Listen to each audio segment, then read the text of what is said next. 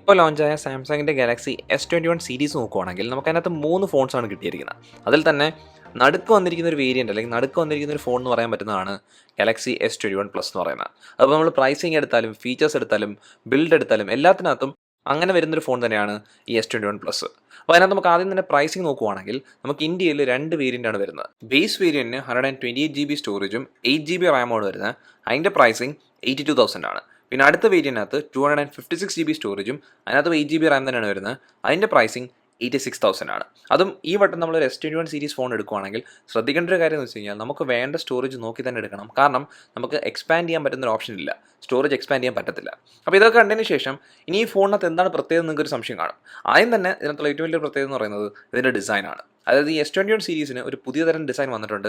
നമുക്ക് ഈ camera module നമ്മുടെ ഫ്രെയിമുമായിട്ട് ചേർന്ന് നിൽക്കുന്ന തരം ഒരു ഡിസൈനാണ്. അതും ഈ S21 പ്ലസിൻ്റെ ഒരു ഗുണമെന്ന് പറയുന്നത് പ്രത്യേകിച്ചും S21 Ultra ആയിട്ട് കമ്പയർ ചെയ്യുന്ന നേരത്ത് ഈ ക്യാമറ മോഡ്യൂൾ ഒരുപാട് പുറത്തേക്ക് തള്ളി നിൽക്കുമല്ല. അതുകൊണ്ട് തന്നെ ഇവിടെ ഇങ്ങനത്തെ ഒരു ഡിസൈൻ വന്നേക്കുന്നതുകൊണ്ട് കാണാൻ നല്ലത് മാത്രമല്ല നമുക്ക് ഉപയോഗിക്കുന്ന സമയത്തും നല്ലൊരു ഫീലാണ് കിട്ടുന്നത്. പെർഫെക്റ്റ് വെയിറ്റ് ബാലൻസ് ആണ് വരുന്നത്. അതും ഇവിടുത്തെ വെയിറ്റ് എന്ന് പറയുന്നത് വെറും 200 grams മാത്രമേ ഉള്ളൂ. അപ്പം നമ്മൾ ഒരുപാട് നേരം ഉപയോഗിച്ചാൽ പോലും നമുക്ക് അങ്ങനെ ഒരു അസൗകര്യം തോന്നത്തില്ല. അതിനൊക്കെ ഇവിടുത്തെ കനം നോക്കാൻ നേരത്ത് തന്നെ 7.8 mm തിക്നെസ് മാത്രമേ ഉള്ളൂ. അതിപ്പോൾ നമ്മൾ ഈ ക്യാമറ മോഡ്യൂൾ വരുന്ന സ്ഥലം പറയുമല്ല, അല്ലാതെ പറയുമ്പോഴാണ് അത് എനിക്കിതിനകത്ത് ഈ വെയിറ്റ് ബാലൻസും എല്ലാ കാര്യങ്ങളും കറക്റ്റായിട്ട് വന്നേക്കുന്നുണ്ട്. പിന്നെ ഇവിടുത്തെ ബിൽഡ് ക്വാളിറ്റി എന്ന് പറയുന്നത് ഏറ്റവും പെർഫെക്റ്റ് ആയിട്ട് ചെയ്തേക്കുന്നതുകൊണ്ട് തന്നെ എനിക്ക് ഈ ഫോണിൻ്റെ ഡിസൈൻ, അതായത് ഈ S21 പ്ലസിൻ്റെ ഡിസൈനാണ് S21 അൾട്രയെക്കാട്ടിയും കുറച്ചും കൂടി ഇഷ്ടപ്പെട്ടത്. പ്രത്യേകിച്ച് ഇവിടുത്തെ ഈ കളർ കാണുമ്പോൾ തന്നെ നമുക്ക് മനസ്സിലാവും. ഇത് ഫാൻറ്റം ബ്ലാക്ക് എന്ന് പറഞ്ഞ കളറാണ്, ഏറ്റവും നല്ലോണം അട്രാക്റ്റീവ് ആയ കളറാണ്. അതുകൊണ്ട് ഒരു മാറ്റ് ഫിനിഷാണ് ഈ ബാക്കി വന്നേക്കുന്നത്. അതിനകത്ത് നമുക്ക് ഫിംഗർ പ്രിൻറ്റ്സ് വരുമെന്ന് നിങ്ങൾക്ക് സംശയം ഉണ്ടെങ്കിൽ ചെറുതായിട്ടൊക്കെ വരും, പക്ഷേ നമുക്ക് തുടച്ച് കളയുമ്പോൾ അപ്പം തന്നെ പോകുന്നുണ്ട്. അതുകൊണ്ട് ഈ S21 പ്ലസിൻ്റെ ഒരു ഗുണമെന്ന് പറയുന്നത് ഈ ബാക്ക് പോർഷൻ ഗ്ലാസ് തന്നെയാണ്. ഇത് ഗൊറില്ല ഗ്ലാസ് വിക്ടസ് ആണ്. അത് നമുക്ക് ഗാലക്സി S21 അൾട്രയിൽ കിട്ടിയ അതേ കണക്ക് തന്നെയാണ്. അപ്പോൾ നമ്മൾ S21 എടുക്കുവാണെങ്കിൽ അതിനകത്ത് നമുക്ക് പ്ലാസ്റ്റിക് ബാക്കാണ് വരുന്നത്. അപ്പോൾ അവിടെ ഒരു പ്രീമിയം ഫീൽ കുറയുന്നുണ്ട്. അപ്പോൾ അങ്ങനത്തെ രീതിയിൽ ഇത് കൊള്ളാം. അതിനൊക്കെ ഇവിടുത്തെ സൈഡ് ഫ്രെയിം നോക്കാൻ നേരത്ത് നല്ല രീതിയിൽ തന്നെ ഒരു ഗ്ലോസ് ഫിനിഷ് വരുന്ന സൈഡ് ഫ്രെയിമാണ്. പക്ഷേ എന്നാലും എനിക്ക് ഇഷ്ടപ്പെടുന്നുണ്ട്. അത് ഈ ഫോണിൻ്റെ ബാക്കിൽ ഇങ്ങനെ ഒരു മാറ്റ് ഫിനിഷും കൂടെ ഉള്ളതുകൊണ്ട് നമുക്ക് കയ്യിൽ നിന്ന് തെന്നി പോകേണ്ട പ്രശ്നമൊന്നും വന്നതുമില്ല. അതുകൊടുത്ത ഫ്രണ്ട് ഗ്ലാസും ഗൊറില്ല ഗ്ലാസ് വിക്ടസ് തന്നെയാണ്. പിന്നെ ഇവിടുത്തെ ബട്ടൺസ് ഒക്കെ നോക്കാൻ നേരത്ത് ബട്ടൺസിനൊക്കെ നല്ല ഫീഡ്ബാക്ക് തരുന്ന ബട്ടൺസ് ആണ്. അതുകൊണ്ട് തന്നെ ബട്ടൺസിനകത്തൊരു കംപ്ലയിൻറ്റും പറയില്ല.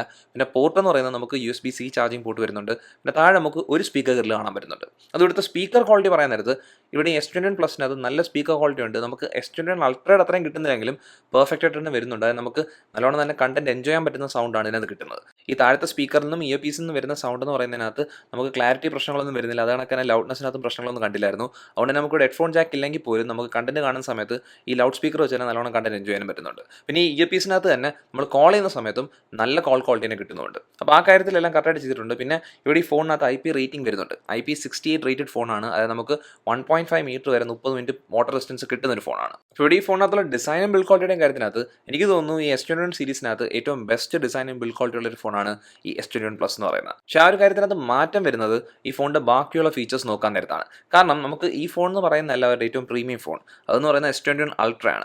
അതുകൊണ്ട് തന്നെ S21 അൾട്രയ്ക്കകത്താണ് ഏറ്റവും ബെസ്റ്റ് ഫീച്ചേഴ്സ് എല്ലാം കൊടുത്തേക്കുന്നത്. അത് നമുക്കൊരു ഡിസ്പ്ലേ നോക്കുമ്പോൾ തന്നെ നല്ലോണം മനസ്സിലാവുന്നുണ്ട്. കാരണം ഇവിടെ വന്നേക്കുന്ന ഡിസ്പ്ലേ ഒരു 6.7 ഇഞ്ച് ഡിസ്പ്ലേനെയാണ്. പക്ഷേ ഇത് നമുക്ക് Quad HD പാനലല്ല, അതിന് പകരം 1080p പാനലാണ്. അപ്പോൾ അങ്ങനെ വന്നേക്കുന്നതുകൊണ്ട് തന്നെ ഇവിടുത്തെ പിക്സൽ ഡെൻസിറ്റി 394 ppi ഉള്ളൂ. പക്ഷേ ഇതൊരു AMOLED പാനൽ തന്നെയാണ്. പിന്നെ ഇത് 2x ഡൈനാമിക് AMOLED പാനലാണ് സാംസങ് വിളിക്കുന്നത്. അപ്പോൾ അതിൻ്റെ പേരിൽ നമുക്ക് മനസ്സിലാക്കേണ്ടതെന്ന് വെച്ച് കഴിഞ്ഞാൽ ഇതിനകത്ത് 120 Hz റിഫ്രഷ് റേറ്റ് വരുന്നുണ്ട്. അപ്പോൾ അതൊരു നല്ല കാര്യമാണ്. കാരണം വെച്ചാൽ നമുക്കൊരു ഹയർ റിഫ്രഷ് റേറ്റ് കിട്ടുന്നതുകൊണ്ട് തന്നെ ഇവിടെ നമ്മൾ സ്ക്രോൾ ചെയ്യുന്ന സമയത്തോ അല്ലെങ്കിൽ നമ്മൾ ഹോം സ്ക്രീനുകളൊക്കെ ബ്രൗസ് ചെയ്യുന്ന സമയത്ത് എല്ലാം വളരെ പെട്ടെന്നാണ് നടക്കുന്നത്. അതുപോലെ 1080p പാനൽ അതിനകത്ത് എനിക്ക് പ്രശ്നം തോന്നിയിട്ടില്ല. കാരണം നമുക്ക് അങ്ങനെ പിക്സൽ കാണുന്നതിനകത്തോ അല്ലെങ്കിൽ നമുക്ക് ക്വാളിറ്റിക്ക് അതൊന്നും ഇഷ്യൂ വരുന്നില്ലായിരുന്നു. കാരണം സാംസങ് ഉപയോഗിക്കുന്ന ഡിസ്പ്ലേ എപ്പോഴും ബെസ്റ്റ് ഡിസ്പ്ലേ ആണ്.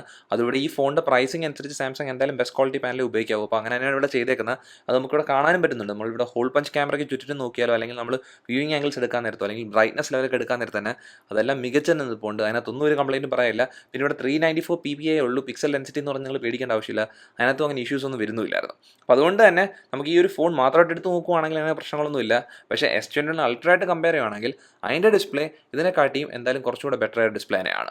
അപ്പോൾ അങ്ങനത്തെ രീതിയിൽ മാത്രമേ അങ്ങനെ പറയാൻ പറ്റൂ. അല്ലാതെ നമ്മൾ ഉപയോഗിക്കുന്ന സമയത്ത് എനിക്ക് പ്രശ്നം തോന്നിയിട്ടില്ല. പിന്നെ ഇവിടെ വേറെ അഡ്വാൻറ്റേജ് എന്ന് പറയുന്നത് നമുക്ക് ഇവിടുത്തെ ഫ്രണ്ടിൽ കാണുന്നതിന് മനസ്സിലാവും ഈ ഡിസ്പ്ലേയുടെ സൈഡ് ഒട്ടും കേർഡ് ആയിട്ടില്ല, നല്ല ഫ്ലാറ്റ് ആയ ഒരു ഡിസ്പ്ലേ ആണ്. അപ്പോൾ അങ്ങനെ ഒരു കാര്യത്തിനകത്ത് ഏറ്റവും പെർഫെക്റ്റ് ആയിട്ട് തന്നെ സാംസങ് ചെയ്തിട്ടുണ്ട്. അപ്പോൾ ഈ പുതിയ S21 സീരീസ് എല്ലാത്തിനും കാണാൻ പറ്റുന്നതാണ്. പക്ഷേ അൾട്രയ്ക്കകത്ത്, അതായത് S21 അൾട്രയ്ക്കകത്ത് ചെറുതായിട്ടൊന്ന് കേർവ് ആവുന്നുണ്ടായിരുന്നു. പക്ഷേ ഇവിടെ അങ്ങനെ പോലും ഇല്ല. അപ്പോൾ ആ രീതിയിലും എനിക്ക് ഡിസ്പ്ലേ ഇഷ്ടപ്പെട്ടിട്ടുണ്ട്. അപ്പോൾ ഈ ഡിസ്പ്ലേ ഇഷ്ടപ്പെട്ട കണക്ക് തന്നെ പിന്നെ എനിക്ക് അടുത്ത് ഇഷ്ടപ്പെട്ടൊരു കാര്യം എന്ന് പറയുന്നത് ഇവിടുത്തെ യൂസർ എക്സ്പീരിയൻസ് ആണ്. അത് ഞാൻ പറയുന്നത് നമ്മുടെ ഇന്ത്യൻ യൂണിറ്റിനെ പറ്റി തന്നെയാണ്. അപ്പോൾ യൂസർ എക്സ്പീരിയൻസ് പറയാനുള്ള കാരണം എന്ന് വെച്ച് കഴിഞ്ഞാൽ ഇവിടുത്തെ പെർഫോമൻസിനകത്ത് ചെറിയൊരു പ്രശ്നം ചില സ്ഥലങ്ങളിൽ കണ്ടിട്ടുണ്ടായിരുന്നു. പക്ഷേ അത് ഒഴിച്ച് കഴിഞ്ഞാൽ ഇവിടെ മൊത്തത്തിലുള്ള യൂസർ എക്സ്പീരിയൻസ് പൊതുവേ പറയുവാണെങ്കിൽ നല്ലോണം തന്നെയാണ് വന്നേക്കുന്നത്. ഇവിടെ നമുക്ക് ഇന്ത്യയിൽ കിട്ടുന്ന യൂണിറ്റിനകത്ത് വരുന്ന പ്രൊസസ്സർ സാംസങ്ങിൻ്റെ Exynos 2100 ആണ്. അതൊരു 5 നാനോമീറ്റർ പ്രൊസസ്സർ തന്നെയാണ്. അതിനകത്തുള്ള GPU എന്ന് പറഞ്ഞു കഴിഞ്ഞാൽ മാലി G78 GPU ആണ്. അതിവിടെ പെർഫോമൻസ് ചെയ്യാൻ നോക്കിയ സമയത്ത് എനിക്ക് അങ്ങനെ ഇഷ്യൂസ് ഒന്നും തോന്നിയില്ലായിരുന്നു. അപ്പോൾ നമ്മൾ ബെഞ്ച് മാർക്കൊക്കെ ചെയ്ത് അല്ലെങ്കിൽ നമ്മൾ ഒരുപാട് ഇൻറ്റൻസ് ആയിട്ടുള്ള ടാസ്ക്കൊക്കെ നമ്മൾ ഒന്ന് ടെസ്റ്റ് ചെയ്ത് നോക്കുവാണെങ്കിൽ ചിലപ്പോൾ എന്തെങ്കിലുമൊക്കെ പ്രശ്നങ്ങൾ കാണാൻ പറ്റുമായിരിക്കും. പക്ഷേ നമ്മൾ പൊതുവേ നോർമലായിട്ടുള്ളൊരു ഉപയോഗത്തിനകത്ത് അതായത് നമ്മൾ ഗെയിമിംഗ് ഒക്കെ ചെയ്യുക, അതേണക്ക് തന്നെ നമ്മൾ കുറച്ച് ഫോട്ടോ എഡിറ്റിംഗ് അങ്ങനത്തെ എന്ത് കാര്യങ്ങളൊക്കെ ചെയ്താലും ലാഗോ അല്ലെങ്കിൽ ഫോൺ സ്ലോ ആവുന്ന അല്ലെങ്കിൽ ഫോൺ ഭയങ്കരമായിട്ട് ചൂടാവുന്നൊരു പ്രശ്നം വന്നിട്ടില്ലായിരുന്നു. അപ്പോൾ അത് Exynosനകത്ത് ഈ വട്ടം സാംസങ് കറക്റ്റായിട്ട് ചെയ്തിട്ടുണ്ട്. പക്ഷേ ഇവിടെ യൂസർ എക്സ്പീരിയൻസ് മൊത്തത്തിൽ ഏറ്റവും പെർഫെക്റ്റ് അല്ലെന്ന് ഞാൻ പറയാൻ കാരണം എന്ന് വെച്ച് കഴിഞ്ഞാൽ S21 അൾട്രയിൽ കാണാത്തൊരു ചെറിയ പ്രശ്നം ഞാനത് കണ്ടിട്ടുണ്ടായിരുന്നു. അതെന്ന് പറഞ്ഞു കഴിഞ്ഞാൽ ക്യാമറ ആപ്പിനകത്ത് നമ്മൾ ക്യാമറ അങ്ങോട്ടും ഇങ്ങോട്ട് സ്വിച്ച് ചെയ്യുന്ന സമയത്ത് ചെറിയൊരു ലാഗ് ഇടയ്ക്കിടയ്ക്ക് കാണുന്നുണ്ടായിരുന്നു. അപ്പോൾ അതെന്ന് പറഞ്ഞാൽ ചിലപ്പം ഇവിടെ RAM 8GB ആയതുകൊണ്ടായിരിക്കാം. കാരണം നമുക്ക് S21 അൾട്രയ്ക്കകത്ത് 12GB ഒക്കെയാണ് RAM വരുന്നത്. അപ്പോൾ ആ ഒരു കാരണം കൊണ്ടാകാം ഇങ്ങനൊരു പ്രശ്നം വന്നേക്കുന്നത്. പക്ഷേ അങ്ങനെ ഒരു കാര്യം ഉള്ളതുകൊണ്ട് തന്നെ നമുക്ക് പെർഫെക്റ്റ് ഒരു യൂസർ എക്സ്പീരിയൻസ് പറയാൻ പറ്റത്തില്ല. പക്ഷേ എന്നാലും പൊതുവെ നമ്മൾ ബാക്കിയുള്ള എന്ത് കാര്യങ്ങൾ ചെയ്യുന്ന സമയത്തും അല്ലെങ്കിൽ നമ്മളിപ്പോൾ ക്യാമറ ഉപയോഗിക്കുന്ന സമയത്ത് നമ്മൾ ഫോട്ടോ എടുക്കുന്ന സമയത്തൊന്നും പ്രശ്നമില്ല. അല്ല ഇങ്ങനെ ഒരു ക്യാമറ മാറുന്ന സമയത്ത് മാത്രമേ ഒരു ഇഷ്യൂ വന്നിട്ടുള്ളായിരുന്നുള്ളൂ. അത് നമ്മൾ ആ ഒരു കാര്യം മാറ്റി വെച്ച് നോക്കുവാണെങ്കിൽ ബാക്കിയുള്ള രീതി പറയുവാണെങ്കിൽ ഇതിൻ്റെ പെർഫോമൻസും യൂസർ എക്സ്പീരിയൻസും എല്ലാം നല്ലോണം തന്നെ കിട്ടുന്നുണ്ട്. നമുക്ക് നല്ലോണം എൻജോയ് ചെയ്യാൻ പറ്റുന്നുണ്ട്. പക്ഷേ നമുക്ക് ഈ ഒരു ഫോണിൻ്റെ പ്രൈസിങ് വെച്ച് വരാൻ നേരത്ത് നമുക്ക് ഇങ്ങനൊരു പ്രശ്നം സാധാരണ വന്നുകൂടാ. അപ്പോൾ അങ്ങനെ ഒരു കാര്യമുണ്ട്. ചിലപ്പോൾ സോഫ്റ്റ്വെയർ അപ്ഡേറ്റ് സാംസങ്ങിന് മാറ്റാൻ പറ്റുന്നൊരു കാര്യമായിരിക്കാം. പക്ഷേ ഇപ്പോൾ ഞാൻ അങ്ങനെ ഒരു പ്രശ്നം ഇത് കണ്ടിട്ടുണ്ടായിരുന്നു. അപ്പോൾ അങ്ങനത്തെ ഒരു പ്രശ്നത്തിനെ പറ്റി പറഞ്ഞത് നമ്മൾ ക്യാമറ പറ്റി ആയതുകൊണ്ട് തന്നെ നമുക്ക് ഇനി ക്യാമറ നോക്കാം. അവിടെ ബാക്കിൽ നമുക്ക് കാണാൻ നേരത്ത് മനസ്സിലാവും 3 ക്യാമറയാണ് വരുന്നത്. അതിവിടുത്തെ മെയിൻ സെൻസർ എന്ന് പറയുന്നത് 12 മെഗാ പിക്സൽ വൈഡ് ആംഗിൾ ക്യാമറയാണ്. അതിൻ്റെ ആപ്പച്ചർ f1.8 ആണ്. അതിനകത്ത് ഒപ്റ്റിക്കൽ ഇമേജ് സ്റ്റെബിലൈസേഷനൊക്കെ ഉണ്ട്. പിന്നെ അടുത്തത് ഒരു 64 മെഗാ പിക്സൽ ടെലിഫോട്ടോ ക്യാമറയാണ്.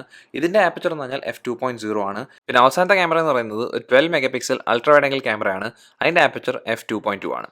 അതിവിടെ ഈ 3 സെൻസർ വെച്ച് നമ്മൾ എടുക്കുന്ന ഫോട്ടോസും നല്ലോണം തന്നെയാണ് കിട്ടുന്നത്. നല്ല ക്വാളിറ്റിയും നല്ല പെർഫെക്ഷനൊക്കെ ഉള്ള ഫോട്ടോ ആണ്. നമുക്ക് ഡൈനാമിക് റേഞ്ച് ഒക്കെ നോക്കിക്കഴിഞ്ഞാൽ തന്നെ നമുക്കൊരു കുറ്റവും പറയാനില്ല. കാരണം എന്ന് വെച്ച് കഴിഞ്ഞാൽ നമുക്ക് മെയിൻ ക്യാമറ നോക്കാൻ നേരത്ത് ഏറ്റവും നല്ലൊരു പെർഫോമൻസ് തരുന്ന ഒരു ക്യാമറ തന്നെയാണ്. അത് നമുക്ക് ഏത് ലൈറ്റിംഗ് ഫോട്ടോ എടുത്താലും ഈ മെയിൻ ക്യാമറ എടുക്കുന്ന ഫോട്ടോസ് ഇപ്പോൾ ഉള്ള ഫ്ലാഗ്ഷിപ്പ് ഫോൺസിനൊപ്പം നിൽക്കുന്ന ഫോട്ടോ തന്നെയാണ്. അതുകൂടാതെ നമ്മളിവിടുത്തെ ടെലിഫോട്ടോ ക്യാമറ എടുക്കാൻ നേരം നമുക്ക് 3x സൂം എന്ന് പറയുന്നത് നമുക്ക് ഒപ്റ്റിക്കൽ സൂം തന്നെയാണ്. പിന്നെ നമുക്ക് 30x സൂം വരെ പോകാൻ പറ്റുന്നുണ്ട്. അത് നമുക്ക് ഡിജിറ്റൽ സൂമാണ്. അതിനകത്ത് നമുക്ക് 10xും 3xും ഒക്കെ നമുക്ക് ഗുണകരമായ ഒരു സൂമാണ്. അത് നമ്മൾ സൂം ലോക്ക് ചെയ്ത് ഫോട്ടോ എടുക്കുകയാണെങ്കിൽ നമുക്ക് ഇതിനകത്ത് ഈ 3xനകത്തും 10xനകത്തും ഒക്കെ നമുക്ക് ക്ലാരിറ്റിക്കകത്ത് പ്രശ്നങ്ങൾ വരുന്നില്ലായിരുന്നു. ഫോക്കസ് ഇഷ്യൂസ് ഒന്നും ഇല്ലായിരുന്നു. പക്ഷേ നമ്മൾ 30xലൊക്കെ പോകാൻ നേരം നമുക്ക് സൂം ലോക്ക് ഉണ്ടെങ്കിൽ പോലും അങ്ങനെ പെർഫെക്റ്റ് ആയിട്ടോ അല്ലെങ്കിൽ നമുക്ക് ഉപയോഗിക്കാൻ പറ്റുന്ന ഒരു ഫോട്ടോ ഒന്നല്ല കിട്ടുന്നത്. എന്നാലും നമുക്ക് അങ്ങനെ ഒരു ഓപ്ഷൻ ഉള്ളത് നല്ലൊരു കാര്യം തന്നെയാണ്. ഇവിടുത്തെ അൾട്രാ വൈഡ് ആംഗിൾ ക്യാമറ എന്ന് പറയുന്നത് ഇപ്പോൾ നമുക്കുള്ള ഫ്ലാഗ്ഷിപ്പ് ഫോൺസിനകത്ത് വരുന്ന അൾട്രാ വൈഡ് ആംഗിൾ ക്യാമറ എങ്ങനെയാണോ അതിനൊക്കെ തുറന്ന് തന്നെയാണ്. ചെറിയ പ്രശ്നങ്ങളൊക്കെ ഉണ്ട്. എന്നാലും നമുക്ക് അങ്ങനത്തെ ഒരു ക്യാമറ വരുന്നത് എപ്പോഴും ഒരു അഡ്വാൻറ്റേജ് തന്നെയാണ്. അപ്പോൾ ഇവിടുത്തെ ക്യാമറ സിസ്റ്റത്തിനകത്ത് നമ്മൾ ഫോട്ടോയുടെ കാര്യം പറയുവാണെങ്കിൽ നല്ല സിസ്റ്റം തന്നെയാണ്. നമുക്ക് നല്ലൊരു ക്യാമറ പെർഫോമൻസ് തന്നെയാണ് ഇവിടുന്ന് കിട്ടുന്നത്. പക്ഷേ എന്നാലും നമുക്ക് എന്തെങ്കിലും പ്രത്യേകത ഉണ്ടോ എന്ന് ചോദിച്ചാൽ നമുക്ക് എന്തെങ്കിലും ഇമ്പ്രൂവ്മെൻറ്റ് ഇപ്പോൾ നമ്മൾ കഴിഞ്ഞ വർഷത്തെ ഒരു S20 സീരീസ് ആയിട്ട് നോക്കുമ്പോഴോ അല്ലെങ്കിൽ നമ്മുടെ iPhone 12 ആയിട്ടോ അല്ലെങ്കിൽ iPhone 11 ആയിട്ടോ കമ്പയർ ചെയ്യുമ്പോൾ എന്തെങ്കിലും ഒരു പ്രത്യേകത കിട്ടുന്നുണ്ടോ എന്ന് ചോദിച്ചു കഴിഞ്ഞാൽ അങ്ങനത്തെ പ്രത്യേകത ഒന്നും വരുന്നില്ലായിരുന്നു. കാരണം നമ്മളിപ്പോൾ വീഡിയോ എടുത്താൽ പോലും വീഡിയോയ്ക്കകത്ത് ഇപ്പോഴും എനിക്ക് പറയാനുള്ളതെന്ന് വെച്ച് കഴിഞ്ഞാൽ iPhone 12 സീരീസ് തന്നെയാണ് ഇതിനെക്കാട്ടി എന്തായാലും മികച്ചിരിക്കുന്ന വീഡിയോ ക്യാമറ എന്ന് പറയുന്നത്. ഇവിടുത്തെ വീഡിയോ ക്വാളിറ്റി കൊള്ളാം. നമുക്ക് 8K 24 FPS എടുക്കാൻ പറ്റും. പക്ഷേ അത് ഏറ്റവും നല്ലൊരു സെറ്റിംഗ് ആയിട്ട് എനിക്ക് തോന്നിയിട്ടില്ല. അതിന് പകരം 4K 60 FPS അല്ലെങ്കിൽ അതിന് താഴെയിട്ട് എടുക്കുന്നതാണ് എനിക്ക് ഏറ്റവും പെർഫെക്റ്റ് ആയിട്ട് തോന്നിയത്. അത് നമ്മൾ അങ്ങനത്തെ സമയത്ത് എടുക്കാൻ നേരത്ത് അതായത് ആ ഒരു സെറ്റിംഗ് ആയിട്ട് എടുക്കുവാണെങ്കിൽ നമുക്ക് നല്ല വീഡിയോസ് തന്നെയാണ് കിട്ടുന്നത്. പക്ഷേ എന്നാലും ഞാൻ പറയില്ലേ iPhone 12 സീരീസ് ആയിട്ട് കമ്പയർ ചെയ്യുവാണെങ്കിൽ അല്ലെങ്കിൽ നമ്മളിപ്പോൾ iPhone 11 ആയിട്ട് കമ്പയർ ചെയ്യുകയാണെങ്കിൽ പോലും ഞാൻ എന്തായാലും പ്രിഫർ ചെയ്യുന്നത് iPhones നിന്ന് വരുന്ന വീഡിയോ തന്നെയാണ്. അപ്പോൾ അതാണ് ഇവിടുത്തെ ബാക്ക് ക്യാമറയുടെ കാര്യം എന്ന് പറയുന്നത്. ഇനി ഫ്രണ്ട് ക്യാമറയിലേക്ക് പോകാൻ നേരത്ത് ഇവിടെ ഫ്രണ്ടിൽ വരുന്നത് ഈ ഹോൾ പഞ്ച് ക്യാമറയാണ്. അതൊരു 10 മെഗാ പിക്സൽ ക്യാമറയാണ്. ഇതിൻ്റെ ആപ്പച്ചർ f2.2 ആണ്. അപ്പോൾ ഇതൊരു നല്ല ക്യാമറ തന്നെയാണ്. ഇതിനകത്ത് നമുക്ക് അങ്ങനെ വലിയ പ്രശ്നങ്ങളൊന്നും തോന്നിയില്ലായിരുന്നു. അതായത് നമുക്ക് ഇവിടെ ഫോട്ടോ എടുക്കുന്ന സമയത്ത് സെൽഫി ഒക്കെ എടുക്കുന്ന സമയത്ത് സ്കിൻ ടോൺ ഒക്കെ കറക്റ്റായിട്ട് തന്നെ മെയിൻറ്റെയിൻ ചെയ്യുന്നുണ്ട്. ഷാർപ്നെസ് എല്ലാം കിട്ടുന്നുണ്ട്. അപ്പോൾ സാംസങ്ങിൻ്റെ പ്രോസസ്സിംഗ് ഒക്കെ ഓഫ് ചെയ്തിടുവാണെങ്കിൽ അതായത് ഈ ബ്യൂട്ടി മോഡ് ഒക്കെ ഓഫ് ചെയ്തിട്ട് എടുക്കുവാണെങ്കിൽ നല്ല ക്വാളിറ്റിയുള്ള ഫോട്ടോസാണ് കിട്ടിക്കൊണ്ടിരുന്നത്. അത് അതിനൊക്കെ തന്നെയാണ് ഇവിടുത്തെ വീഡിയോയുടെ കാര്യം. അതായത് നമ്മൾ ഈ ഫ്രണ്ട് ക്യാമറ വെച്ച് എടുക്കുന്ന വീഡിയോ എന്ന് പറയുന്നത് നമുക്ക് 4K 60 FPS ഒക്കെ എടുക്കാൻ പറ്റും. അതിവിടുത്തെ വീഡിയോ ക്വാളിറ്റി നല്ല തന്നെയാണ്. നല്ല സ്റ്റെബിലൈസേഷനൊക്കെ ഉണ്ട്. അതായത് നമുക്ക് ഈ ഒരു ക്യാമറ ഒരു വ്ളോഗിങ് ക്യാമറ ആയിട്ട് ഉപയോഗിക്കാൻ പറ്റുന്ന ഒരു ക്യാമറ തന്നെയാണ്. അപ്പോൾ ഇവിടുത്തെ ക്യാമറ സിസ്റ്റം എന്ന് പറയുന്നത് എനിക്ക് ഇഷ്ടപ്പെട്ടിട്ടുണ്ട്. പക്ഷേ എന്നാലും S21 Ultra എടുക്കാൻ നേരത്ത് അതിനകത്ത് കുറേ പ്രത്യേകത ഉണ്ടായിരുന്നു. അപ്പോൾ അങ്ങനത്തെ ഒരു കാര്യം വരുന്നില്ലെങ്കിൽ പോലും എനിക്ക് ഈ ക്യാമറ സിസ്റ്റത്തിനകത്ത് അങ്ങനെ കംപ്ലയിൻ്റ് ഒന്നും പറയാനില്ല. ഈ ഒരു ബഡ്ജറ്റിന് നല്ലൊരു ക്യാമറ സിസ്റ്റമായിട്ട് തന്നെയാണ് എനിക്ക് തോന്നിയത്. പിന്നെ ബാക്കിയുള്ള കാര്യത്തിനകത്ത് ഒന്നെന്ന് പറയുന്നത് ഇവിടുത്തെ ബ്ലൂടൂത്ത് വേർഷൻ നോക്കുകയാണെങ്കിൽ അത് 5 ആണ്. പിന്നെ വൈഫൈ വേർഷൻ എന്ന് പറയുന്നത് വൈഫൈ 6 ആണ്. അപ്പോൾ ഡ്യുവൽ ബാൻഡ് വൈഫൈ തന്നെയാണ് കിട്ടുന്നത്. പിന്നെ ബാക്കിയുള്ളതിനകത്ത് നമുക്ക് NFC വരുന്നുണ്ട്. അതിനൊക്കെ തന്നെ ബാക്കി ഒരു സെൻസേഴ്സിനകത്തും സാംസങ് കുഴപ്പങ്ങളൊന്നും വരുത്തിയിട്ടില്ല. അപ്പോൾ ഈ സെൻസേഴ്സിൻ്റെ കാര്യത്തിനകത്ത് തന്നെ ഇവിടുത്തെ ഫിംഗർ പ്രിൻറ്റ് സ്കാനർ എന്ന് പറയുന്നതും സാംസങ്ങിൻ്റെ പുതിയ അൾട്രാസോണിക് ഫിംഗർ പ്രിൻറ്റ് സ്കാനറാണ്. വളരെ ഫാസ്റ്റാണ്. ഒരു രീതിയിലും എററൊന്നും കാണുന്നില്ലായിരുന്നു. വളരെ അക്യുറേറ്റ് ആയിട്ട് സ്കാനറായിരുന്നു. എനിക്ക് ഒരുപാട് ഇഷ്ടപ്പെട്ടിട്ടുണ്ട്. അപ്പോൾ ഈ വർഷം സാംസങ് ഈ S21 സീരീസിനകത്ത് ഉപയോഗിച്ചേക്കുന്ന ഈ ഫിംഗർ പ്രിൻറ്റ് സെൻസർ ഏറ്റവും ബെസ്റ്റ് ആയിട്ട് തന്നെ വന്നിട്ടുമുണ്ട്. പിന്നെ നമ്മൾ അവസാനമായിട്ട് ഇവിടുത്തെ ബാറ്ററിയുടെ കാര്യത്തിലേക്ക് പോകുകയാണെങ്കിൽ ഇവിടെ വന്നേക്കുന്ന ബാറ്ററി അത്യാവശ്യം വലിയൊരു ബാറ്ററിയാണ്, 4800 mAh ബാറ്ററിയാണ്. അപ്പോൾ അതുകൊണ്ട് തന്നെ എനിക്ക് ഇവിടെ കിട്ടിയ സ്ക്രീൻ ഓൺ ടൈം എന്ന് പറയുന്നത് നല്ല സ്ക്രീൻ ഓൺ ടൈം തന്നെയാണ്. ഒരു 6 മണിക്കൂർ റേഞ്ചിലൊക്കെ അത്യാവശ്യം heavy using screen on time വരുന്നുണ്ടായിരുന്നു. അതും ഇവിടെ ഞാൻ ഓൺ ചെയ്തിട്ടുന്ന റിഫ്രഷ് റേറ്റ് എന്ന് പറഞ്ഞാൽ 120 Hz ആണ്. പക്ഷേ ഇവിടെ വേരിയബിൾ റിഫ്രഷ് റേറ്റ് നടക്കുന്നുണ്ട്. പക്ഷേ നമുക്ക് S21 Ultra ആണെങ്കിൽ 10 Hz തൊട്ട് 120 Hz വരെയല്ല, അതിന് പകരം 48 Hz തൊട്ട് 120 Hz വരെയാണ്. അപ്പോൾ മറ്റേതിനകത്ത് നമുക്ക് LTPO ആണ് വന്നുകൊണ്ടിരുന്നത്. അപ്പോൾ ഇവിടെ അങ്ങനെയല്ല, നമുക്ക് ഇവിടെ കിട്ടുന്നതിനകത്ത് 48 തൊട്ട് 120 Hz വരെയാണ് റിഫ്രഷ് റേറ്റ് മാറിക്കൊണ്ടിരിക്കുന്നത്. അതുകൊണ്ടും പിന്നെ ഇവിടുത്തെ പ്രൊസർ എന്ന് പറയുന്നത് അങ്ങനെ ഒരുപാട് പവർ വലിക്കുന്നവരല്ലെന്നാണ് തോന്നുന്നത്. അതുകൊണ്ടാകാം എനിക്ക് 6 മണിക്കൂർ റേഞ്ചിലാണ് സ്ക്രീൻ ഓൺ ടൈം കിട്ടിയത് അത്യാവശ്യം ഹെവി യൂസിനകത്ത്. അത് നിങ്ങളൊരു ലൈറ്റ് യൂസർ ആണെങ്കിൽ നമുക്ക് എന്തായാലും 2 ദിവസം ബാറ്ററി ബാക്കപ്പ് കിട്ടും. അതൊരു ആവറേജ് യൂസർ ആണെങ്കിൽ നമുക്കൊരു 1.5 ദിവസം വരെ ബാറ്ററി ബാക്ക് കിട്ടണം. പിന്നെ ഇവിടുത്തെ ചാർജിങ്ങിൻ്റെ കാര്യം പറയുകയാണെങ്കിൽ നമുക്കിവിടെ ഫാസ്റ്റ് ചാർജിങ്ങും ഫാസ്റ്റ് വയർലെസ് ചാർജിങ്ങും റിവേഴ്സ് ചാർജിങ്ങും എല്ലാം വരുന്നുണ്ട്. അതുകൊണ്ട് നമുക്ക് ചാർജിങ്ങിനകത്ത് ഒരു കാര്യം ശ്രദ്ധിക്കേണ്ടതെന്ന് വെച്ച് കഴിഞ്ഞാൽ നമുക്ക് ഈ ഫോണിൻ്റെ കൂടെ ചാർജിങ് ബ്രിക്ക് കിട്ടത്തില്ല. അതിന് പകരം നമുക്കൊരു ചാർജിങ് കേബിൾ മാത്രമേ കിട്ടൂ.